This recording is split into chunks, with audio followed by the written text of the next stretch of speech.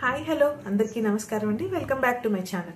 ఈ రోజు నా ఛానల్లో నేను మీకు ఒక ముఖ్యమైన విషయాన్ని షేర్ చేసుకోబోతున్నాను అండి. అదేంటంటే తొలి ఏకాదశి పండుగ గురించి నేను దాని యొక్క విశిష్టత ఏంటి, ఏకాదశి వ్రతం అనేది ఎలా చేయాలి, అసలు ఏకాదశి అన్న పేరు ఎలా వచ్చిందో వాటన్నిటి గురించి నేను మీకు వివరిస్తాను. ముందుగా తొలి ఏకాదశి యొక్క విశిష్టత గురించి తెలుసుకుందాం. తొలి ఏకాదశి అనేది ఏడాదిలో వచ్చే 24 ఏకాదశిలో ఆషాఢ శుద్ధ ఏకాదశిని తొలి ఏకాదశిగా పిలుస్తారు.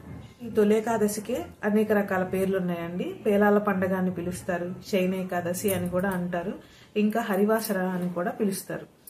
ఈ తొలి ఏకాదశి రోజున శ్రీ మహావిష్ణువు క్షీరసాగరంలో శేషతల్పం మీద శయనిస్తారు. ఇలా ఒక 4 నెలల పాటు ఆయన పడుకొని ఉంటారన్నమాట. 4 నెలల తర్వాత అక్టోబర్ లేదా నవంబర్ నెలలో వచ్చే ప్రబోధిని ఏకాదశి నాడు ఆయన మేల్కొంటారు. ఈ 4 నెలలు కూడా చాతుర్మాస దీక్షలు అనేవి చేస్తారనమాట. దీనికి ఇంకో కథనం కూడా ఉంది. ఈ 4 నెలలు శ్రీ మహావిష్ణువు పాతాళ లోకంలో బలి చక్రవర్తి వద్ద ఉంటారని కూడా కొంతమంది చెప్తూ ఉంటారు. అది కాక ఈ 4 నెలలు వాతావరణంలో కూడా చాలా మార్పులు వస్తాయి. వర్షాకాలం మొదలవుతుంది కదా, అందుకే ఈ చాతుర్మాస దీక్షలు అనేవి పెద్దవాళ్ళు పెట్టారు. ఈ చాతుర్మాస దీక్షల్లో పండగలు, నోములు అన్ని వస్తాయి కాబట్టి అవన్నీ చేసేటప్పుడు అందరూ ఉపవసిస్తారు కాబట్టి ఆరోగ్యానికి కూడా ఎంతో మేలు కాబట్టి చాతుర్మాస దీక్ష అనేది పెద్దవాళ్ళు మనకు పెట్టారనమాట. సో తొలేకాదశి నుంచి ఈ 4 నెలల పాటు చాతుర్మాస దీక్షలు ఆచరిస్తారు. ఇప్పుడు తొలేకాదశి విశిష్టత గురించి తెలుసుకున్నాం కదా. అసలు ఏకాదశి తిథి అనేది ఎలా వచ్చిందో తెలుసుకుందాం.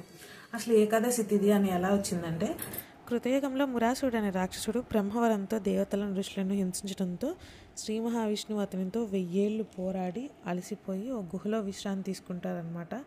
శ్రీహరి శరీరం నుంచి ఒక కన్య ఆవిర్భవించి రాక్షసుణ్ణి అంతం చేస్తుందట. ఇందుకు సంతోషించిన శ్రీ మహావిష్ణువు ఆ కన్యకు వరం కోరుకోమనగా తను విష్ణుప్రియగా లోకం చేత పూజించబడాలని కోరుకుంటుందట. అప్పటి నుండి ఆమె ఏకాదశి తిథిగా వ్యవహరించడంలో వచ్చింది. నాటి నుండి సాధువులు, భక్తజనులు ఏకాదశి వ్రతం ఆచరించి విష్ణు సాయుధ్యం పొందినట్లుగా పురాణాల్లో చెప్తున్నాయి. అంబరీషుడు, మంతార తదితర పురాణ పురుషులు ఏకాదశి వ్రతాన్ని ఆచరించారు. ఇప్పుడు ఏకాదశి వ్రతం ఎలా చేయాలో తెలుసుకుందాం. ఏకాదశి నాడు ఉపవాసం ఉండి ఆ రాత్రంతా జాగరణ చేయాలి. రాత్రివేళ విష్ణుమూర్తికి సంబంధించిన భాగవతాన్ని చదువుకోవడం కానీ, విష్ణు సహస్రనామ స్తోత్రాన్ని పారాయణ చేయడం కానీ చేయాలి. మర్నాడు ద్వాదశి రోజున దగ్గరలో ఉన్న దేవాలయానికి వెళ్ళి ఉపవాస దీక్షను విరమించాలి. తొలి ఏకాదశి నాడు ఆవులను పూజించాలి.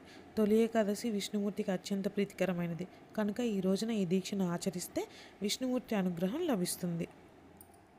తొలి ఏకాదశి నాడు పేలాల పిండిని తప్పక తినాలని అంటారు. పేలాలు పితృదేవతలకు ఎంతో ఇష్టమైనవి. అందువల్ల మనకు జన్మనిచ్చిన పూర్వీకులను ఈరోజు గుర్తు చేసుకోవడం మన బాధ్యత. అలాగే ఆరోగ్యపరంగా బయట ఉష్ణోగ్రతలకు అనుగుణంగా శరీరం అనేక మార్పులకు లోనవుతుంది.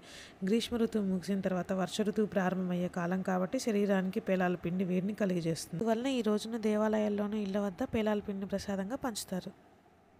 చూసారు కదండి తొలి ఏకాదశి విశిష్టత, ఏకాదశి వ్రతం ఎలా ఆచరించాలి, అలాగే పేలాల పిండి ఎందుకు తింటారో చూశారు కదా. నా వీడియో కనుక మీ అందరికీ నచ్చినట్లయితే please subscribe to my channel. పక్కనే ఉన్న బెల్ ఐకాన్ని క్లిక్ చేయడం మాత్రం మర్చిపోద్దు. Thank you for watching.